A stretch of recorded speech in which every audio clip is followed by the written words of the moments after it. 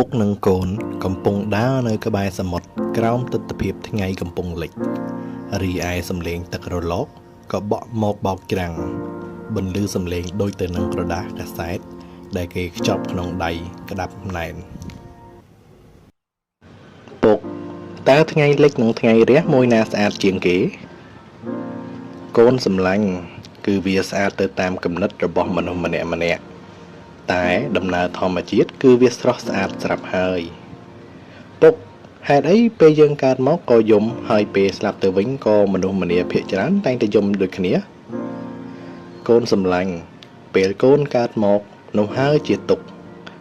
ព្រោះកំណើតកូនមិនទាន់បានយល់ទេព្រោះកូននៅក្មេងពេករីឯការដែលស្លាប់ទៅវិញនោះគឺជាទុក្ខដូចគ្នាគឺទុក្ខសោកមានយំយែកស្រណោះអាឡោះអាល័យជាដើមហេតុអីមនុស្សចាំបាច់ស្លាប់អញ្ចឹងពុកហេតុអីក៏ជួបហើយត្រូវព្រាត់នេះហើយជាច្បាប់ធម្មជាតិកូនសម្លាញ់គ្មានអ្នកណាអាចជៀសផុតបានទេជួបហើយត្រូវតែមានព្រាត់ជានិច្ចគឺព្រាត់ព្រោះពេលវេលាព្រាត់ព្រោះអស់ភារកិច្ចនានាអញ្ចឹងនៅពេលដែលមនុស្សបាត់បង់នរណាម្នាក់ដែលគេស្រឡាញ់ឬស្និទ្ធស្នាលខ្លាំងមនុស្សច្បាស់ជាយំហើយហេតុអីក៏ធម្មជាតិប្រៃសៃយ៉ាងនេះកូនសម្លាញ់ធម្មជាតិតែងតែស្មោះត្រង់នឹងអ្វីគ្រប់យ៉ាង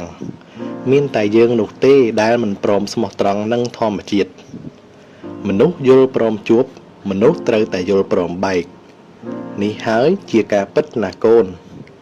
ការពិតវាតែងតែឈឺចាប់តែវានឹងល្អប្រសើរ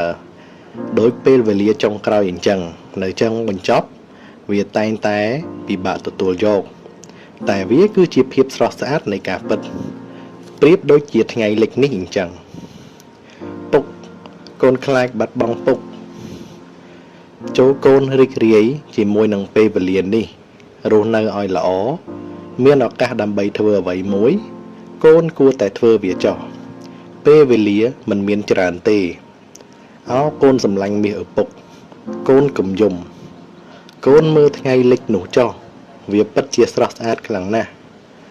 កូនមិនត្រូវបារម្ភនឹងរឿងថ្ងៃមុខឡើយហើយអ្វីដែលសំខាន់កូនត្រូវរៀនរស់មានរឹងមាំមានសុខភាពល្អយល់ពីធម្មជាតិហើយបង្កើតពេលវេលាល្អៗក្នុងបច្ចុប្បន្នចាំពុកលើកូនដាក់ស្មាមកពុកកូនឃើញថ្ងៃលិចច្បាស់ណាស់ពុក